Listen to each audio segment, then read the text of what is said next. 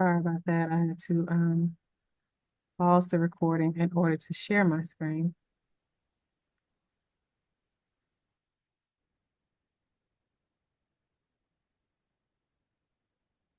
Okay, is everyone able to see my screen? Okay, I'm just gonna go through this and not go through it too fast, although I know that the majority of the people here today are people that are aware of the things that have been happening in the Wildcat Den. So just to kind of summarize things that have happened in the month of February since our last meeting, we've had a junior Beta Club induction, and 13 students at Price Middle School were inducted to the first PBSA Junior Beta Club. And so this is a National Honor Society. Um, Ms. Carter was able to attend that event and cheer Amore on, as he was one of the inductees. Hey, Yay. And in order to be a part of this prestigious club, you have to maintain not only academic integrity, but also your personal integrity as well. It's about being a servant leader and a student leader within as you focus on your academics and your school community. And so we hold these 13 um, model students in high regard and look to them to kind of lead the way for other students in the building. So congratulations, Ms. Carter, for that recognition for more. thank you. You're welcome. You're welcome.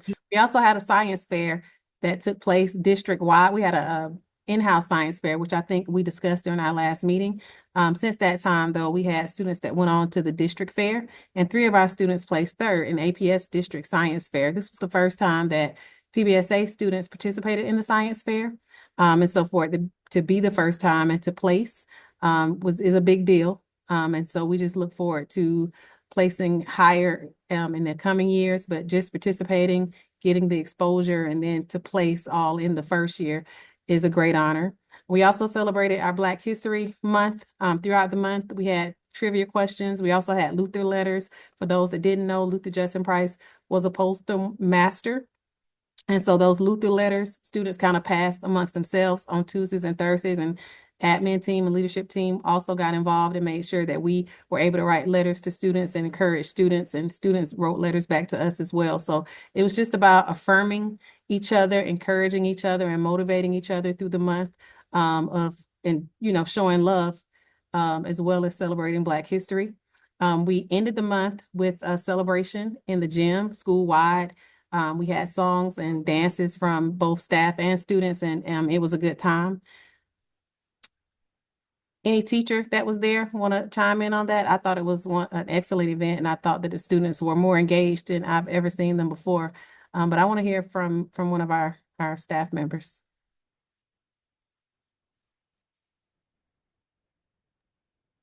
I thought it was great. I think I like the amount of students that were involved.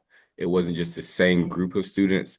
It was just a more collective group involved doing things like participating in dance. Like some of the boys I've never seen even move like that, got up and dance or played their instrument. So it was just good to see kids do something out of their element in front of kids and seeing that the kids were supportive of the other kids as well. Absolutely, absolutely. And then, as I said, we had teachers that were out of their element as well. Ms. Mason, who is a part of our Go team, was actually the MC for that program, and did an amazing job, even though she doesn't think that she did as well as she wanted to, but I thought it was amazing. She was a natural MC, and I would have her any event that I have. We also have robotics going on right now. Our students have been engaged in robotic competitions throughout the year. But right now, as we speak, we have 3 students that are participating on the varsity robotics team, Carver, and they're leaving now. They should be gone right after school. They left for Dalton for a competition this weekend. So we're wishing them well, but we have students that are engaged and are competing on the high school level. And then currently we have conferences with caregivers taking place now. So conferences with caregivers started February 24th and will end on March the 7th. So any parent that has not heard from teachers yet, we still have time. They're still getting calls in. We have some teams that are scheduling face-to-face conferences, other teams that are making phone calls. So anybody who has not heard from a teacher yet, then that's coming. We'll dedicate Friday afternoon just for those conferences to kind of make sure that we have reached all parents by the end of day Friday. That's what's happening in the Wildcat Den. Back to you, Mr. Oliver. The next discussion item was a calendar update. Oh, calendar update. I don't have the slide for a calendar update, excuse me.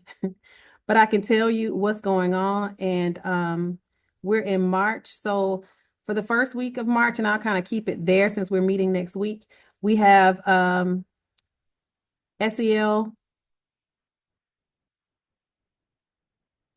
Spirit Week. So during the SEL Spirit Week, that's the week of the 10th through the 14th. We'll have different events going on. I don't have the flyer right in front of me, so if I have a team member that has their flyer in their room to kind of speak to some of the things that students will be participating in every day. Mine. Okay. All right, so this is the flyer. All right, so on Monday, March 10th, we have our social awareness where we're dressed in our multicultural dress, wear something that represents your heritage. Tuesday, we are focusing on relationship skills where we're having students pair up as twins to just dress and celebrate teamwork and connection. On Wednesday, we're celebrating responsible decision making. It's a superhero day, so we're gonna dress as superheroes and think about the responsible choices that our superheroes would make. Thursday is self-awareness day. We're gonna dress as our best selves. And then on Friday, March 14th, we are celebrating joy and we're dressing in yellow. Can you send me that, or where is it posted? It is on our all of our Class Dojo pages. And it should also be on our website, Ms. Carter. It But should be on our website, yeah. if it is not, as soon as we end this call, I will make sure that Ms. Phillips puts it up there. That way you will be prepared before next week. But I don't mind us making a copy of that flyer and sitting at home with Amor. All right, you can do that. Okay. Is he gonna give it to you?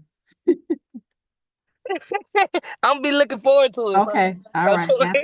Ask him Also- about it. Also, can y'all post it on the social media platform?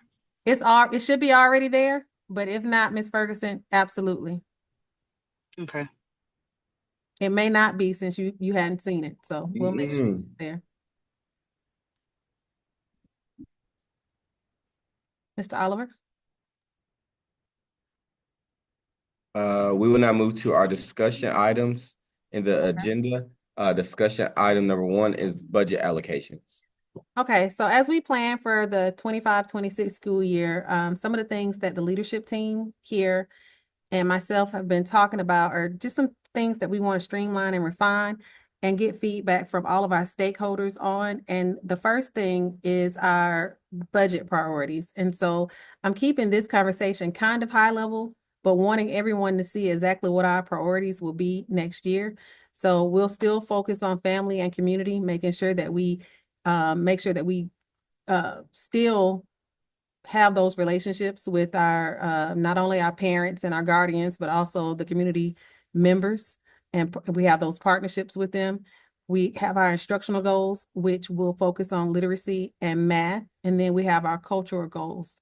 And so what I've put on the side, and of course, let me not leave out student achievement, all of these things together, when families and community come together to focus on the instruction and cultural goals here, the results would be student achievement.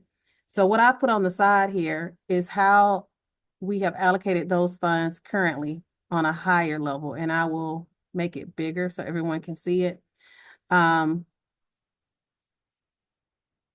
on the side of each one, if you see families and community engagement, you'll see funding number 2, instructional goals, funding number 3, cultural goals, funding number 1, meaning this is how things have kind of been ordered as far as spending has been done this year.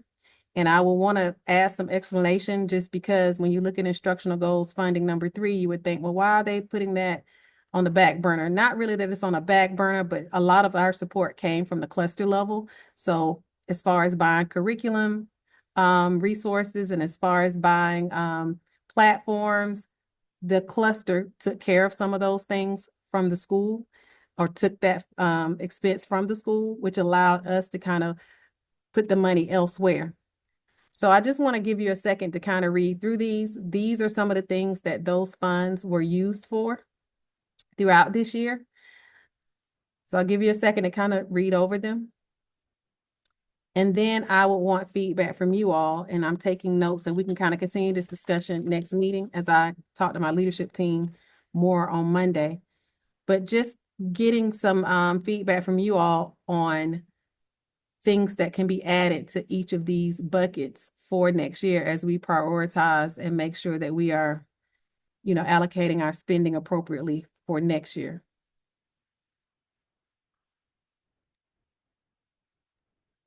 Were we let's see. Were we considering utilizing the van that we have down here? I don't know if it's still down there. But the transportation that we have at Price, are we still considering using that as transport for families that probably don't have transportation when we have these different events at school? Yes, So maybe we can add whatever expense comes with that. Okay. Instructional goals. And so for family and community engagement, adding the van as a runner or as transportation for parents for events. Okay. Yes. And if need be, I'll be the driver. Okay. Okay. You gonna come back and drive for us? Yeah, I'll drive for y'all. Okay. Okay. I'm adding that. I will say, in all transparency, under family and community engagement, while we allocated funds for monthly parent engagement events, I think I talked about it on a previous Go Team meeting call. We know that there were some shifts in roles, and so we didn't use all of those funds. The goal next year is to, even if we don't have someone that's in a parent liaison role, which I don't think we will, we'll still make sure that we have those monthly meetings with parents. So this year looked a little different than past years because of that shift, but we're getting back to just owning that in-house and making sure that we have a team to make sure that parent events happen each month.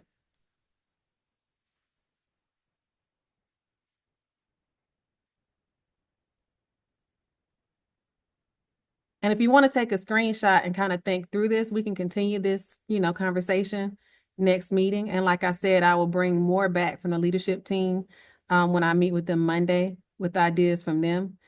For instructional goals, you'll see that's teacher training, support staff training, any student incentives that go along with instruction. So IXL achievements, MAP score achievements, when we have those incentives for them, parties and so forth and so on.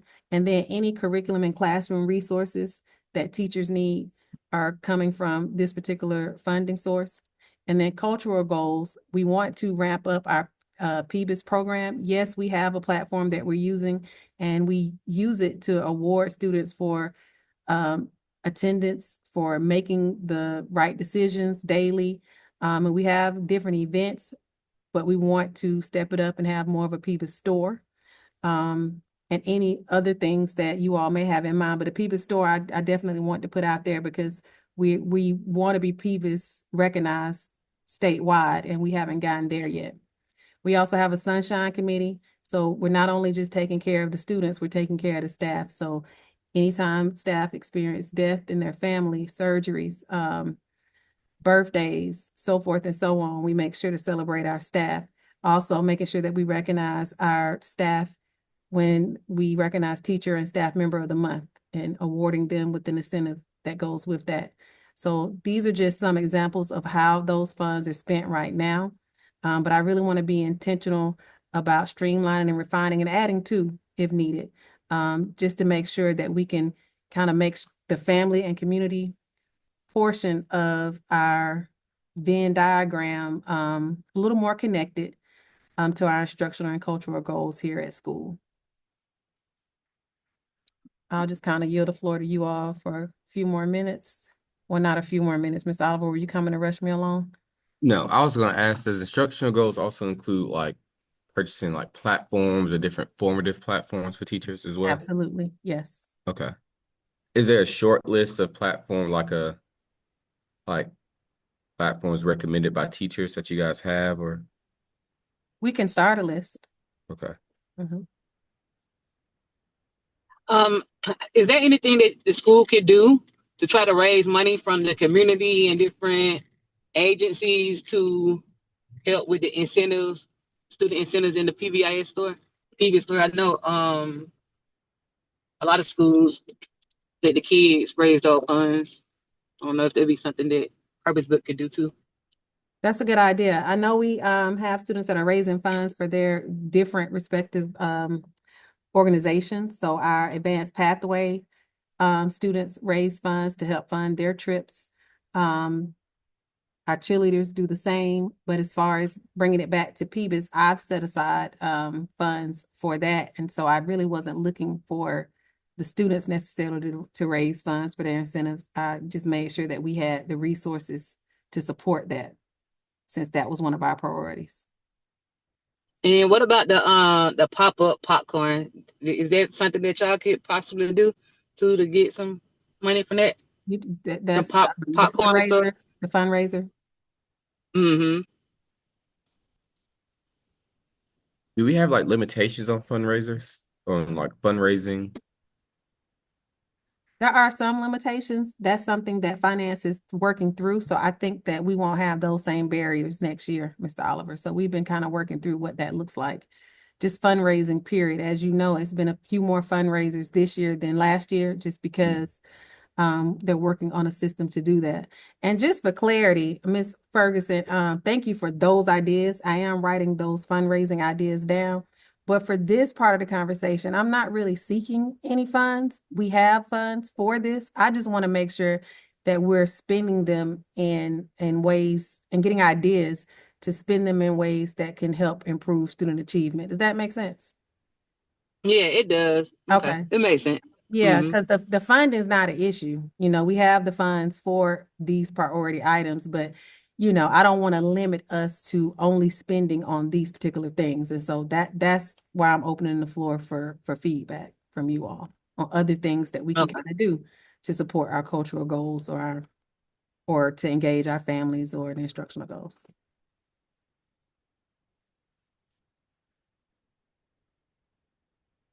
Okay, so just keep thinking. We can have this as a discussion item next week, and I'll give you feedback from our leadership team on this as well.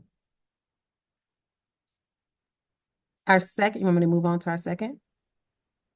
Oh yeah. Our second item, it will be quick.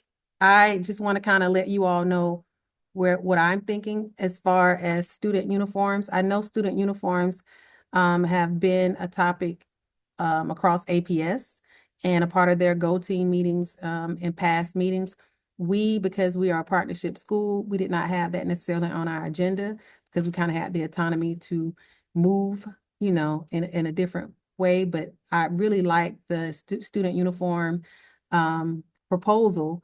And in talking to the elementary school, they are also adding it to their agenda. So just to make sure that we are consistent as a cluster, that was more important to me. And so now I am raising that as a proposal for next year, and just wanted to get feedback from you all. What I did was just listed some things on the side that just kind of talked about why, school uniforms would be a good idea. But of course, I want to hear anything from you all that you feel like may present a barrier. What we'll do next, though, I'll present this to the leadership team, and then we'll do a survey, a parent survey and a student survey, just to get their feedback, but more importantly, a parent and community survey, getting thoughts centered around student uniforms. But I'll open the floor and kind of hear from you all. Can you hear me?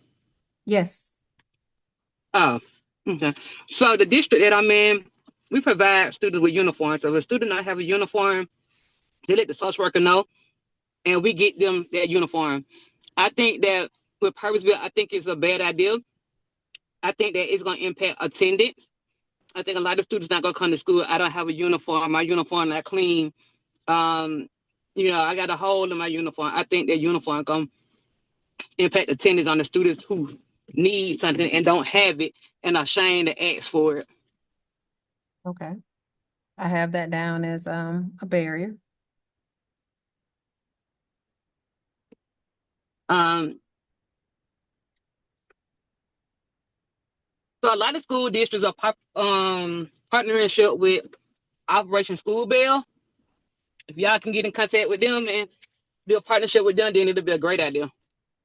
Operation School Bell is one that would provide ample amounts. Yeah, they provide uniforms so any student who don't have. Like first, what we do, we ask the parents to get the uniforms, but the parents who can't afford the uniforms or they need clothing or whatever, then we'll get it from Operation School Bell. Okay, thank you for that resource, Ms. Ferguson.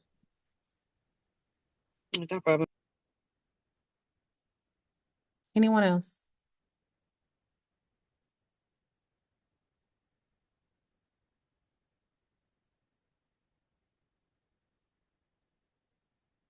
No thoughts from any teachers on the call?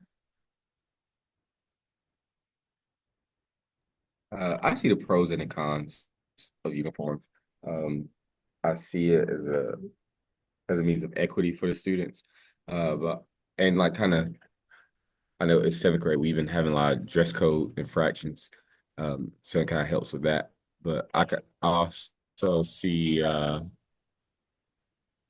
I hear Ms. Ferguson's point of the sense of, having that ability to change clothes and, not every kid has, availability to like clean, wash machines and clean the uniforms on a daily basis, unless that's something we're going to provide as well, because we've had that issue in seventh grade where students, or parents have reached out saying they don't have like washers and dryers and stuff like that. They don't have the ability to wash their clothes. So I know that particular issue has come up in seventh grade with particular students about not having like washing machines and dryers and stuff like that. So I'm not sure how the school would kind of combat that when it does arise, because I do see it happening again. Okay. And Ms. Carter, I know you won't be with us next year, but from a parent, what are your thoughts about school uniforms? I think school uniform is necessary, but I think it should be like, if they're gonna have all these excuses, at least have them have regular clothes at least 2 times instead of 1 time on Friday. Just split it up so it won't be too hard on them. Okay, so Like having like Monday, having like a Friday. relaxed day for 'em. Yeah. Mhm. So the uniform can get, time to wash. And then, they do have more than one uniform. But if that's going to be excused, then at least 2 times out of the week where they can relax. Got it, noted. And with that, just keep in contact your McKinney-Vento students Right. who are transient. Mm-hmm.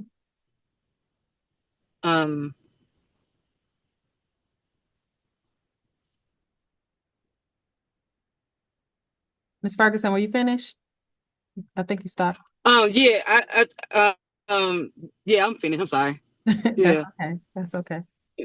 Thank you all for that feedback. I'm going to talk to leadership about it on Monday, and then we'll survey and just kind of weigh all the responses that we get in order to make a decision, but just wanted to kind of get thoughts, and this is great feedback. Let me have would you guys have I know you're kind of pushing it, but would you guys be able to provide some uniform, like an emergency uniform to a student? Yes, we have done it in the past. I don't know, I thought you were here, Ms. Ferguson, when we were uniform.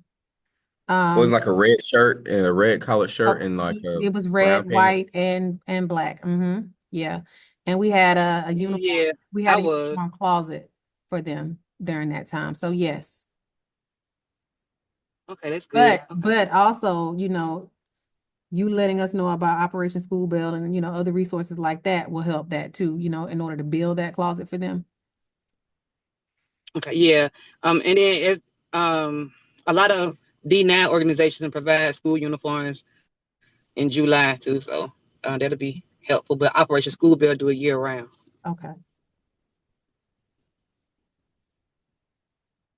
Okay. Mr. Oliver.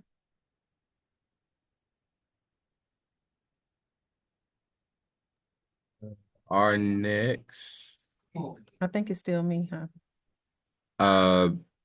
next we move to the information items, and that is the principal report. Okay, I don't have any pressing, like really new updates. Only just wanted to kind of touch on the fact that our enrollment is growing a little bit. It's not decreasing, which is great, but the goal is to get as close to 300 as possible. We are at 235 right now. And this particular school data profile just provides an overview of what's going on right now compared to last year. So our take rate, our attendance is up from last year. We're at 90%. Actually 91% this year versus 90% last year for our average daily attendance rate. And then you can see it broken down by grade level, 90% in 6th grade, 91 in 7th, and 92 in 8th. Our behavior incidents are lower this year than last year, still a little higher than I would like. But again, and if we look at fighting, for example, we have 17 incidents. So each person counts towards that incident. So if it was 3 people in the fight, then, you know, that would count for 3. So it may be 1 incident, but several people involved. And so that also increases the number, just to kind of put that out there. But 13 counts for battery, 9 assaults on school employees, 6 bullyings, insubordination, 5. So definitely want to make sure we keep these numbers as low as possible, even though they are down from last year. If you look at where we were last year with this year, you'll be able to see that right now, overall,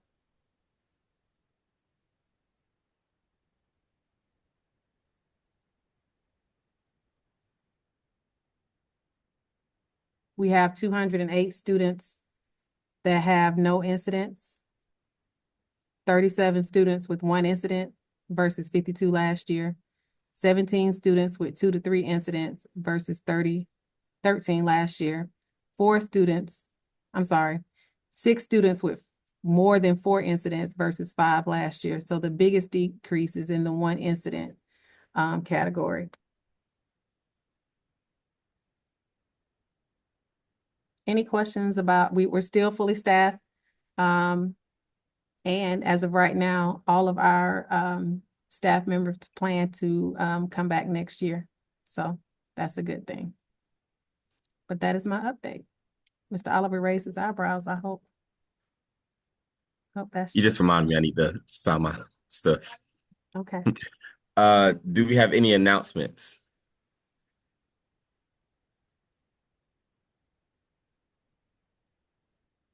I will say an announcement. We needed to fill 2 seats for next year.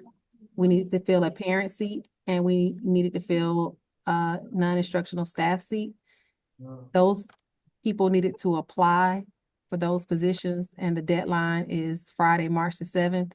We needed 1 in each space. We have 1 in each space. So currently we have a parent that has applied for that seat and a non-instructional staff member who is also applying for that seat. So we'll have 2 new people on our Go team going into next year, which is good. Can you send me the information? Absolutely. Yeah. The second announcement, just making sure that you all check your email. I know Ms. Mason and I have talked about the difficulties in making sure that we have completed all Go team requirements. That has been elevated. And so hopefully the platform is working properly now, but if you could go into your emails, check anything that you may have gotten from the Go team office to complete any tasks that you need to complete. And if you're still getting an error message, please let me know. That's all I have.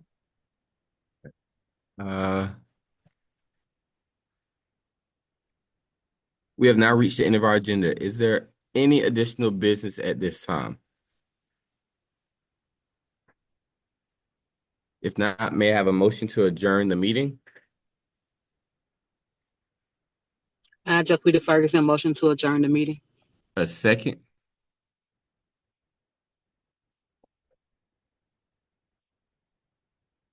Ines I has- Nikita Oh, go Christian ahead. second. All in favor say aye or raise their hand. Aye. All opposed? And any abstentions, please say abstain. If there are no abstentions or oppositions, meeting is adjourned. Okay. Thank you. Thank you. Everybody have a good night. Miss Mason, I was trying to catch Miss